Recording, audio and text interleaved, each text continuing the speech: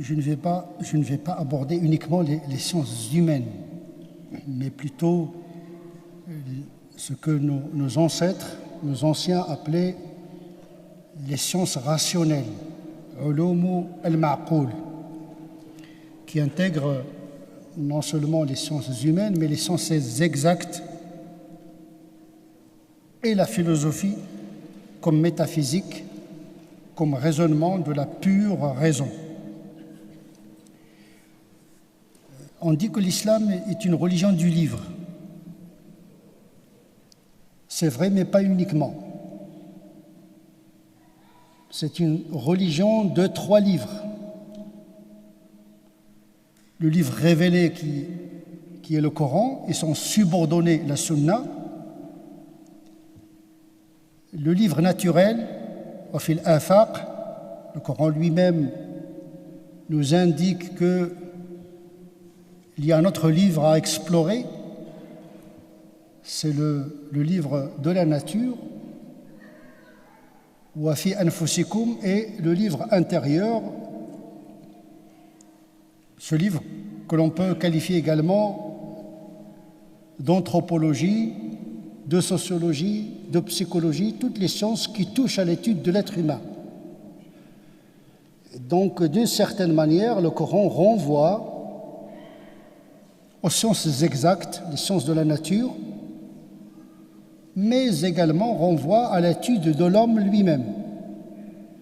Min ayati ikhtilafu alsinatikum wa alwanikum, cette diversité anthropologique, linguistique et génétique est le signe même de l'unicité d'Allah subhanahu wa ta'ala. Donc l'étude de l'unicité de Dieu passe par une théologie de la révélation, mais également par la théologie naturelle, explorer l'unicité de Dieu telle qu'elle se déploie dans le monde et tout particulièrement au niveau de l'être humain. D'emblée, l'islam n'a pas de problème avec ce qu'on qualifie aujourd'hui des sciences profanes.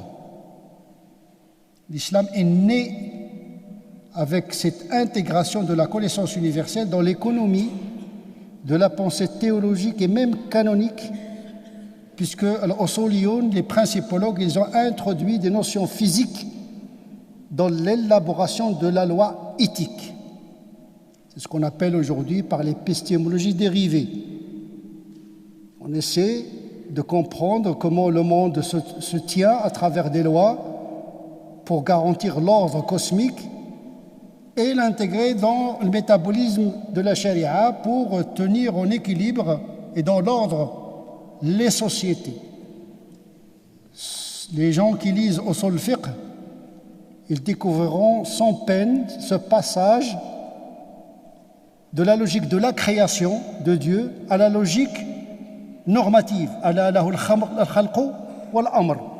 Donc celui qui a établi les lois de la création, c'est le même qui a établi les lois de la charia. Donc il ne peut pas y avoir de contradiction. Cependant, les musulmans avaient la capacité du discernement, le furqan, ce qu'on appelle al-furuq. On ne mélangeait pas tout. Même si l'on considère que la séparation des ordres cognitifs ne signifie pas une rupture entre les disciplines. C'est ce qu'on appelle la rationalisation du savoir. Et donc l'islam est très moderne à cet égard, puisque la modernité est caractérisée par la segmentation, la rationalisation du savoir et la séparation des ordres et des disciplines. Dès le départ, déjà, les musulmans, ils ont distingué entre la logique de la narration et la logique de l'interprétation. Comment conserver le Coran, la substance du Coran, c'est le domaine de l'Qurra, les techniques de la mémorisation et de la transmission. Donc il y a des outils de mémorisation et une technique de la transmission. Donc on a intégré les moyens à cet effet, l'écriture, la récitation, etc., des méthodes universelles de la conservation de la substance du texte. Et on a établi des méthodes rationnelles. Le Coran a été révélé selon les 7 modes révélés, le huruf, qu'on trouve dans les 10 variantes disponibles aujourd'hui, le qira'at al-ashr. Comment, sur quels critères les musulmans vont-ils clôturer le texte? Ils ont choisi 3 conditions rationnelles. Tawatur, c'est une méthode de transmission qui exclut toute erreur, c'est-à-dire transmission de manière indépendante et concordante, de manière à exclure tout consensus autour d'une erreur de la narration concernant un verset. Et là, c'est la compétence qui compte. Les gens de l'interprétation, ils ont un cerveau fait pour cela. Les gens de la mémorisation, ils ont un cerveau presque fait pour la conservation de la lettre du Coran, mais en même temps avec des techniques.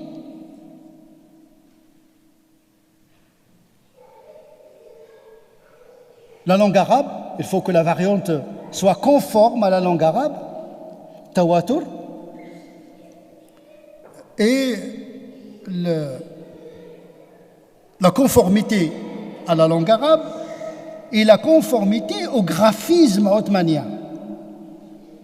Ce sont les hommes qui ont fait ça, hein. C'est pas Jibril qui a révélé à Othman comment faire, non. Les musulmans, rationnellement, ils se sont occupés par la compilation du Coran. La parole, tawatur, la grammaire, rasm al-Othmani.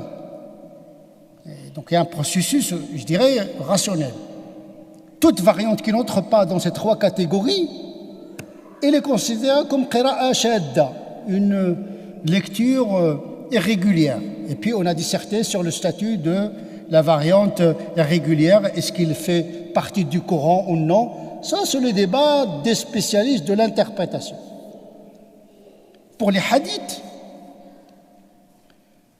les musulmans ont inventé une discipline qui s'appelle ilm al-hadith. On est dans les sciences humaines presque.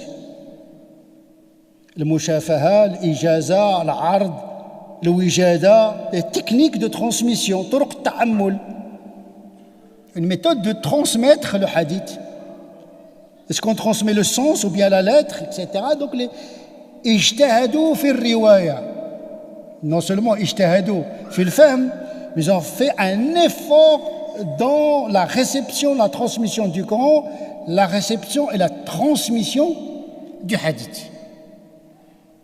Ils étaient obligés d'avoir des doctrines d'authentification, des doctrines rationnelles sur les qualités éthiques et intellectuelles du narrateur, le mode de la transmission, comment le maître transmet à son disciple le hadith, les erreurs que peuvent commettre les narrateurs. C'est une discipline qui fait la fierté de la religion musulmane. C'est la seule religion qui a inventé l'art de la narration. Ilm al-hadith. Ulum al-hadith. Le statut de mursal, le statut de mawqouf, le statut de marfou'. C'est un monde complexe que certains aujourd'hui veulent liquider d'un verre de main parce que incapables de nager dans cet océan. Ilm al-jarh wa al-ta'dil, les critères de validation ou non de la narration des narrateurs. Il y a une critique biographique des narrateurs. On a des dizaines de ulum al-hadith. Comme on a des dizaines de ulum al-Qur'an. C'est-à-dire, c'est des sciences nécessaires pour la conservation du texte et l'approche herméneutique de ces derniers. Donc les sciences humaines habitent dès le départ, la connaissance religieuse. Parce que c'est l'homme qui travaille sur le texte. Donc c'est une forme d'anthropologie. Parce que c'est l'homme qui rassemble les textes, c'est l'homme qui fait des règles et des doctrines de narration, madahim fi riwaya wa diraya. On est au cœur de les sciences humaines, les théories de communication. C'est-à-dire, dans quelles conditions, par exemple, un maître il a transmis un hadith, la fréquentation, la géographie, il y a la topographie et la topologie et la géographie de la narration, c'est-à-dire comment un hadith il circule de Bagdad au Cham, on cherche la moelle épinière, la moelle épinière de la narration, où est-ce qu'il est le cœur de la narration. C'est une discipline incroyable, méconnue malheureusement. Moi je propose aux musulmans d'Occident de faire un grand institut qui fait la promotion de ce savoir de Ar-Riwaya wa Diraya. Tashif, dans l'écriture, les erreurs dans l'écriture, comment on corrige les erreurs dans la prononciation, dans l'écriture. On est presque dans les sciences humaines. Les sciences humaines habitent les textes. Les musulmans n'avaient pas de problème en ce domaine-là parce que cette religion ouvre la révélation sur l'homme. Dieu a voulu impliquer l'homme dans son projet d'une certaine manière, quant à la réception du texte et quant à son interprétation. L'homme est valorisé. C'est de l'homme dont il s'agit. Le Coran est donné à l'homme un cadeau, mais dont il doit assumer la réception et l'interprétation, et assumer ainsi son statut de khalifatullah. Donc déjà au niveau de la narration, il y a des techniques et des outils et des disciplines, ulum. Je ne parle même pas de l'interprétation du texte et de l'ouverture du texte sur d'autres disciplines que peut-être on va aborder de manière sommaire. Quand on lit le Coran, on est dans l'univers, dans le monde. Les cieux, la terre, les plantes, les animaux. ما من دابة في الأرض ولا طائر يطير بجناحيه إلا أمم أمثالكم. Voilà, l'homme il est placé dans la nature, pas en dehors de la nature. La pensée occidentale, jusqu'à une date récente, l'homme n'était pas dans la nature, il est à l'extérieur de la nature. Kant, Descartes, tous les philosophes des Lumières ne considéraient pas l'homme comme faisant partie de la nature. L'homme est un être singulier, mais il doit assumer sa continuité biologique par rapport au monde des vivants, même si spirituellement se distingue par ce souffle qu'il habite et qui l'arrache d'une certaine manière de la nature, dans la nature et en dehors de la nature. C'est pour cette raison que les musulmans n'avaient aucun problème avec la théorie de l'évolution. C'est que récemment que les musulmans ont commencé à se battre contre la théorie de l'évolution. Peut-être on y reviendra.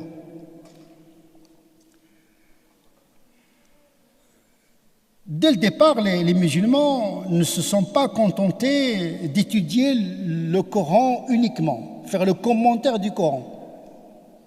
Ils ont développé des sciences pour commenter le monde. Donc, l'exégèse dont on parle, c'est l'explication du Coran, mais également l'explication de la création. C'est pour cette raison qu'ils ont développé l'astronomie, les mathématiques, la médecine, l'anatomie, la chirurgie, parce qu'ils avaient non seulement la légitimité, mais ils avaient l'obligation de connaître Dieu à travers le livre de la création et le livre humain qui est les sciences humaines. Jahid, un des grands théologiens, certes c'était un mu'tazilite, mais quand même, un grand théologien, a commis peut-être le premier livre dans l'histoire du monothéisme dédié à l'animal, le hayawan. C'est un ouvrage d'une bizarre. Comment un théologien s'intéresse à l'animal? Parce qu'il a bien lu le Coran. Il a intégré l'homme comme un hayawan, entre autres. C'est l'un des fondateurs, des précurseurs de la théorie de l'évolution. Il sera suivi par Ibn Mishkawayh, Tosi, puis Ibn Khaldun, dont tu as fait allusion, et qui disait que l'homme descend de l'univers des singes. Ce que Darwin n'a pas osé dire. Les musulmans s'étonnent aujourd'hui, parce que les savants du Moyen-Âge ne consultaient pas le Coran pour connaître les lois naturelles, puisque le Coran lui-même leur dit « Qul siru fil ardi fanzuru kayfa bada al-khalq » Ne cherchez pas l'origine de l'univers et de l'homme dans le Coran, puisque le Coran vous demande de chercher ailleurs. Donc ils ne sont pas en dehors du Coran. Ça ne veut pas dire que la théorie de l'évolution est vraie. Attention, parce qu'il y a des gens qui disent qu'on parle de ces choses-là. Non, mais je dis, les musulmans n'oblitéraient pas le savoir scientifique par le savoir théologique. C'est ce que Karl Popper appelle la démarcation épistémologique. On ne réfute pas la théologie par la science et on ne valide pas la science par la théologie, ce que l'Église catholique a fait pendant le Moyen-Âge. Ibn Khaldun, qui est un qadi, un savant, quand il parlait de l'homme qui descend du singe, il était dans la religion, il n'est pas sorti de la religion, même si cette théorie, il est falsifiable. Une théorie qui n'est pas falsifiable n'est pas une théorie scientifique.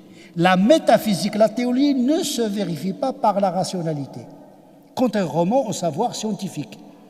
Toute théorie scientifique, que ce soit dans les sciences exactes, ou dans les sciences humaines, s'il n'est pas réfutable, falsifiable, il n'est pas un savoir scientifique. Les théories évoluent, mais les principes métaphysiques et la dogmatique restent toujours les mêmes. L'unicité de Dieu, la résurrection, parce que c'est des choses que la science ne peut pas vérifier. L'origine du Coran, les sciences humaines ne peuvent pas vérifier l'origine de la révélation. La révélation appartient au régime métaphysique. Et tout épistémologue qui se respecte n'infirme ni confirme la métaphysique par le scientifique. C'est peut-être celui qui a inventé cette démarcation dans l'univers occidental, c'est Kant. Il a limité la raison pour sauver la foi. La critique de la raison pure, et dit attention, la raison, il se limite uniquement à l'éthique, la morale, et ce qui est vérifiable, elle a été marquée par la physique newtonienne, mais la métaphysique, il ne peut pas être réfuté par la science parce qu'il appartient à un régime d'un savoir invérifiable, domaine de l'aqaïd. Il a critiqué la métaphysique pour la sauver, en vérité. Et les gens pensent que Kant, c'est le fondateur de l'athéisme. Non. Il est mort croyant.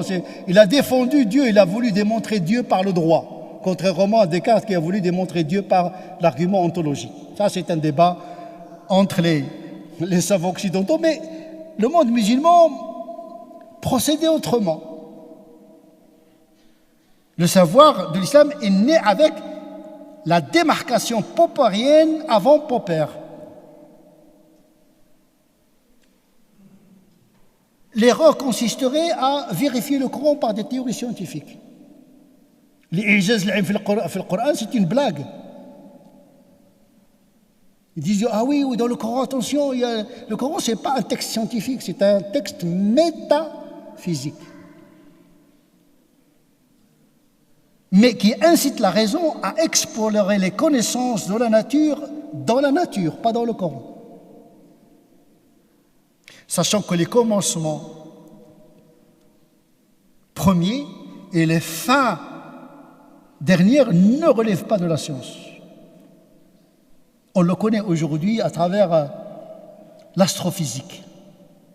La cosmogonie moderne, aujourd'hui, elle est complètement déroutée parce qu'au 20e siècle, on a cru connaître l'univers. L'univers est devenu un objet physique. Avant, l'univers était le lieu du déroulement des objets physiques et des phénomènes physiques. Puis on l'a transformé en objet physique, c'est-à-dire il peut s'y plier, le temps et l'espace se plient, il crée la gravitation générale d'Einstein, donc il est devenu un objet physique lui-même. Et on a pensé que l'univers, on le connaît, 100%. Avec la matière noire, on découvre qu'on connaît de l'univers que 4%. Le reste, 86%, relève de la matière noire. Donc, c'est un savoir qui augmente l'ignorance. Le savoir, c'est une ignorance augmentée. Plus on avance vers l'infiniment petit, l'infiniment grand, plus on verse dans la métaphysique. Mais il faut que la science reste dans son créneau. On n'a pas à vérifier le Coran par des théories scientifiques. On peut dire, à la rigueur, cette théorie scientifique ne contredit pas le Coran. C'est tout ce qu'on peut dire. C'est ça la grandeur du Coran. Il n'est pas entré dans les détails pour qu'il épouse toute l'évolution de la pensée scientifique. La question du Big Bang, c'est une théorie. Elle est falsifiable. On va l'échanger par autre chose. Et donc, il faut faire attention lorsqu'on veut appliquer les théories scientifiques et les théories des sciences humaines à un texte qui est métatexte et métaphysique. D'ailleurs, si vous lisez le Coran, vous allez constater une chose un peu étrange par rapport à la Bible, c'est que dans le Coran, il n'y a pas de date et peu de géographie. Et quand il parle de l'Qasas, il ne parle pas de Tarikh. Qasas, c'est un récit. Il ne dit pas où est-ce qu'il est Abraham, où est-ce qu'il a été. Parce que le but du Coran, c'est la portée morale du récit. C'est pourquoi il est très difficile d'appliquer au Coran ce qu'on appelle la critique historique. Il n'y a pas d'histoire, il n'y a pas de géographie, on va vérifier, on va infirmer, confirmer quoi. C'est pas comme la Bible où il y a beaucoup de dates, beaucoup de lieux, etc. Avec l'archéologie, on peut démontrer que véritablement il y a des passages dans la Bible qui sont en contradiction avec l'histoire. Le Coran, ce n'est pas un texte historique, n'est pas un texte scientifique. C'est un texte métaphysique et un texte éthique. Donc il ne faut pas se tromper du régime du texte fondateur de l'islam. Et donc il faut appliquer au texte une épistémologie conforme à sa nature. Et on le sait aujourd'hui en matière d'épistémologie, on vérifie, on change la théorie en fonction de l'objet étudié. On n'importe pas une méthodologie de l'étude de la Bible pour la plaquer sur le Coran, qui est un texte épistémologiquement parlant anarchique. Anarchique, ça ne veut pas dire désordonné. Le Coran est un texte anarchique dans le sens où il n'est pas organisé en fonction d'une chronologie, ni par thématique. Elle échappe aux catégories littéraires habituelles. Donc il faut adapter au texte la théorie qui lui correspond, la théorie herméneutique. Bien sûr, oui, il faut intégrer la linguistique, la psychologie, l'anthropologie, la psychanalyse, il n'y a pas de problème. Mais encore, faut-il vérifier la théorie psychanalytique qu'on va appliquer. Parce que ce sont des sciences critiquables aussi. Dans la sociologie, il y a plusieurs approches. La sociologie allemande, ce n'est pas la sociologie française, ce n'est pas la sociologie anglo-saxonne, c'est la philosophie analytique, ce n'est pas la philosophie continentale. Donc on a un marché de savoir quelle est la méthode, la théorie scientifique et la théorie des sciences humaines qui est la plus appropriée pour pouvoir réconcilier le savoir rationnel avec le savoir révélé. Pour cela, il faut être à l'interface des deux mondes. Le savoir islamique, connaître le paradigme de la pensée et de l'agir musulman. Donc il faut fréquenter nos ancêtres, Ghazali, Razi, Juwayni, tous les grands savants, Ash'aira, Al-Hanabila, avec des doctrines multiples, et en choisir celle qui est la plus en conformité avec notre réalité. Et là, on a besoin des sciences humaines pour étudier notre réalité, parce que se tromper de réalité, c'est se tromper d'herméneutique appliquée. Oui, on a besoin de sciences exactes, de la philosophie, des sciences humaines, pour imbriquer la parole religieuse musulmane dans cette réalité qu'on appelle épistémée. On prend en considération le savoir disponible à notre époque pour traduire le savoir musulman pour qu'il soit en dialogue avec son époque. Et donc un savant qui n'a pas accès aux sciences exactes, à l'épistémologie, aux sciences humaines, il reste un savant inachevé. Donc il faut qu'il soit dans l'ancien, le classique, il faut qu'il soit dans le moderne, voire le post-moderne. Et à cet égard-là, oui, il faut maîtriser les sciences humaines, mais il faut être aussi mujtahid dans les sciences humaines, c'est-à-dire capable de distinguer les théories les plus fondées. Aujourd'hui, il y a de la sociologie, par exemple, du radicalisme. En vérité, les gens qui ne connaissent pas l'épistémologie, ils commettent beaucoup d'erreurs parce que le danger des sciences humaines réside dans le fait que la description sociologique, anthropologique est performative. La description devient prescription. Quand on parle de l'homme, on fait l'homme, contrairement aux sciences exactes. La théorie quantique n'a aucun impact sur le comportement de la particule. La particule, elle reste toujours et se comporte indifféremment de la théorie. L'éthologie étudie l'animal. Quelle que soit la théorie de l'évolution synthétique, néo-darwinienne, neutraliste, n'importe quelle théorie évolutive, n'a aucun impact sur le comportement de l'animal. Par contre, les sciences humaines impactent l'homme. Décrire l'homme, c'est construire l'homme. Ce qu'on appelle le constructivisme. On construit une réalité. Donc quand on parle d'une société, on la construit. Et parfois, on la fabrique. Et c'est ça le danger des sciences humaines. Parce que parler de l'homme, ce n'est pas comme parler de la grenouille. Et comme disait l'autre, les théories passent, la grenouille reste. Par contre, les théories passent, mais l'homme, lui, il passe également avec la théorie. Il est impacté par la théorie anthropologique.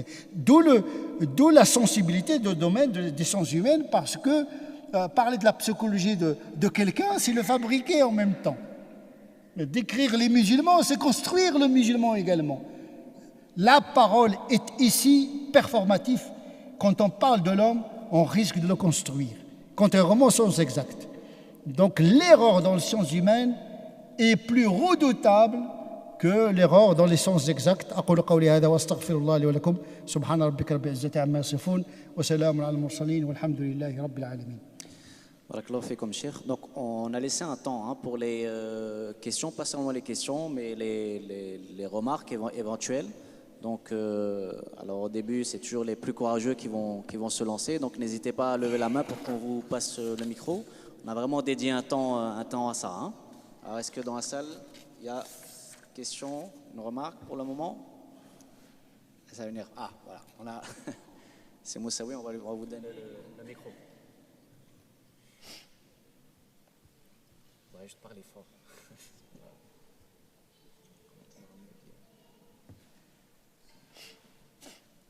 Bismillahirrahmanirrahim. Barakallahu fik, c'est Tariq pour cette conférence très profonde, puisqu'elle parle des sujets qui ont lien avec notre Coran, la parole du prophète Mohammed sallallahu alayhi wa sallam, qui va au-delà.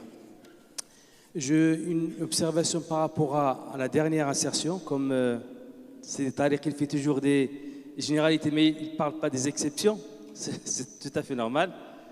Mais les sciences humaines, effectivement, ils ont un impact direct sur la conception que nous faisons de la société. Mais je pense aussi aujourd'hui, les sciences exactes, les théories de la science exacte ont aussi un impact direct sur l'avenir de l'homme. Aujourd'hui, entre ceux qui ont sur la théorie de réchauffement climatique, il suffit qu'il y ait on a bien deux théories qui s'affrontent. Et prendre le choix de l'une ou l'autre et l'impact immédiatement, je pense, sur...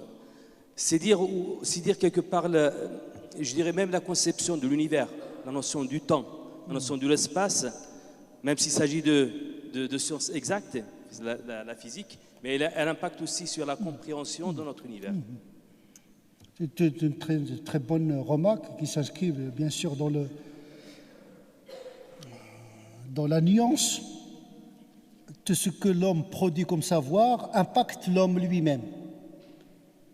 Parce que lorsque l'homme parle de l'univers à travers ses lois, c'est en définitive, il se décrit lui-même à travers ses propres objets mathématiques et physiques. Et on le sait très bien qu'en mécanique quantique, l'observateur fait partie de l'expérience. Je n'ai pas voulu encombrer ce sujet-là, mais j'ai dit les sciences sociales sont plus redoutables que les sciences, parce que décrire l'univers, ça peut avoir une répercussion sur les croyances.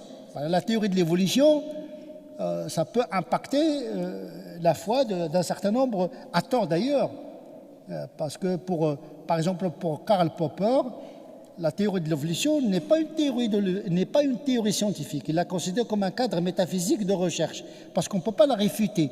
Et ça, les épistémologues comprennent ce langage-là. Mais ceux qui ont construit leur foi sur le fait que Dieu a créé Adam par miracle, ils risquent de perdre leur foi. Le danger, c'est faire introduire l'origine de l'humanité à Adam dans la dogmatique. C'est ça qui est un danger, c'est qu'aujourd'hui, il y a des imams qui introduisent des thèses scientifiques dans la dogmatique. Mais non, le Coran, il parle d'Adam, vient de la terre, etc. Mais il n'a pas décrit l'évolution. Dieu, kun fayakoun. Il n'a pas dit kun fakan. Kun fayakoun, yatakawan. C'est-à-dire que Dieu, il crée à travers des étapes. Donc, en vérité, la théorie de l'évolution, elle est très proche du paradigme coranique. Mais par un discours elliptique et de concentration, le Coran, il ne détaille pas les choses. Donc pourquoi introduire le fait de ne pas croire en la théorie de l'évolution? C'est être en conformité avec l'orthodoxie. C'est introduire dans la dogmatique ce qui ne fait pas partie de la dogmatique, ça fait partie de la science. Donc effectivement, les théories scientifiques, elles peuvent impacter les croyants lorsqu'ils pensent que les théories scientifiques font partie de la foi. Il faut préserver la foi de ce genre d'élucubrations scientifiques. C'est ça que je voulais dire. Attention, il faut faire une démarcation. La science se réfute par la science. La dogmatique par la dogmatique. Les mathématiques par les mathématiques. Et encore, parce que la physique, elle peut vérifier certaines thèses mathématiques et vice-versa. Donc effectivement, vous avez complètement raison. Tout ce que l'homme produit comme savoir se répercute réversiblement sur son comportement. Même le savoir religieux, même le savoir exact, même le savoir des sciences humaines. Barakallahu fik pour cette remarque. Je vois pas de main levée, mais dans la droite ligne de votre réponse, aujourd'hui, il y a aussi un défi qui est lancé par certains, sans les nommer, certains orientalistes plutôt historiens, sous l'angle de l'analyse historico-critique, donc qui utilisent des outils propres à leur discipline. De quelle manière aujourd'hui apporter une réponse en utilisant les mêmes outils ou d'une autre manière, de la même manière par exemple que l'Ash'ari a intégré les outils de la logique aristotélicienne pour prouver la justesse de la révélation. Est-ce qu'il faut penser à ce mode-là ou sous quel mode? Non, il faut prendre en considération le savoir humain tout simplement, parce qu'on parle avec l'homme à travers son langage. Donc c'est normal qu'on parle des mêmes problématiques posées par nos contemporains pour pouvoir entrer en dialogue avec eux. Encore faudrait-il savoir ce qu'on a. C'est vrai que le modernisme a consisté à introduire les sciences incrédules dans l'étude du texte. C'est ça le modernisme.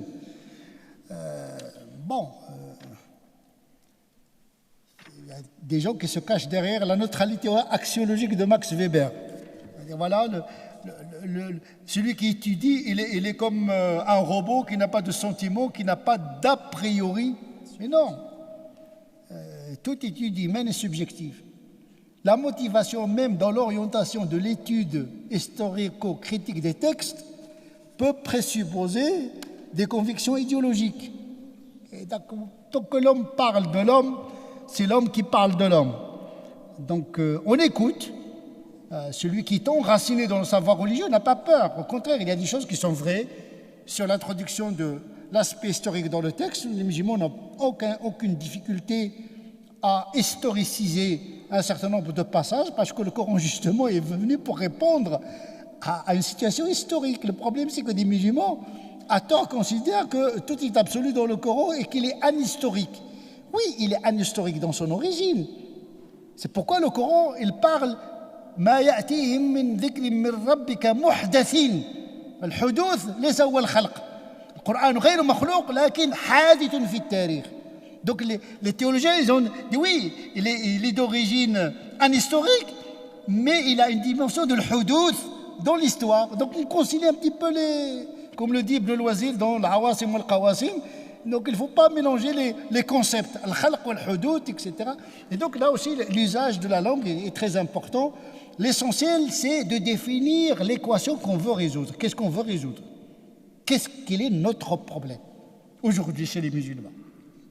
C'est ça, l'akhlaq, l'ignorance, c'est des choses qui sont... Mais on a besoin quand même de grands théoriciens, de grands savants qui sont capables de parler avec l'Occident à hauteur des yeux. Comme Razi, comme ces grands maîtres du savoir théologique, scientifique, de la logique, etc. On a besoin de 3 ou 4 en Occident, ça suffit, hein, qu'ils produisent. Mais au Moyen-Âge, il n'y avait pas une pluralité. On a besoin au moins de 5 ou de 6, vraiment des Hercules de la pensée musulmane.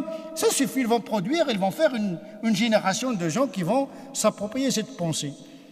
Mais le reste des musulmans, ils n'ont pas besoin de tout ça. لقد عرفت فالزم. Tu sais le bien, eh bien, fais le bien. Tu connais le mal, évite le mal. La force de l'islam, c'est changer le comportement. Si on change la pensée, mais on ne change pas le comportement, فذلك علم لا ينفع. Toute connaissance, toute perception du monde et du texte qui n'a pas d'impact sur le spirituel et le moral, est une pensée stérile. وظيفة العلم هو إتمام الأخلاق. Et c'est ça l'objectif. إنما بعثت لأتمم مكارم الأخلاق. Les gens voient d'abord, ne voient pas la pensée, ils voient l'action, ils voient la moralité. Et donc effectivement, pour les savants, pour les imams, pour les théologiens, ils ont besoin de la connaissance scientifique, etc. Ils ont besoin d'un double ijtihad, l'ijtihad dans les classiques et l'ijtihad également.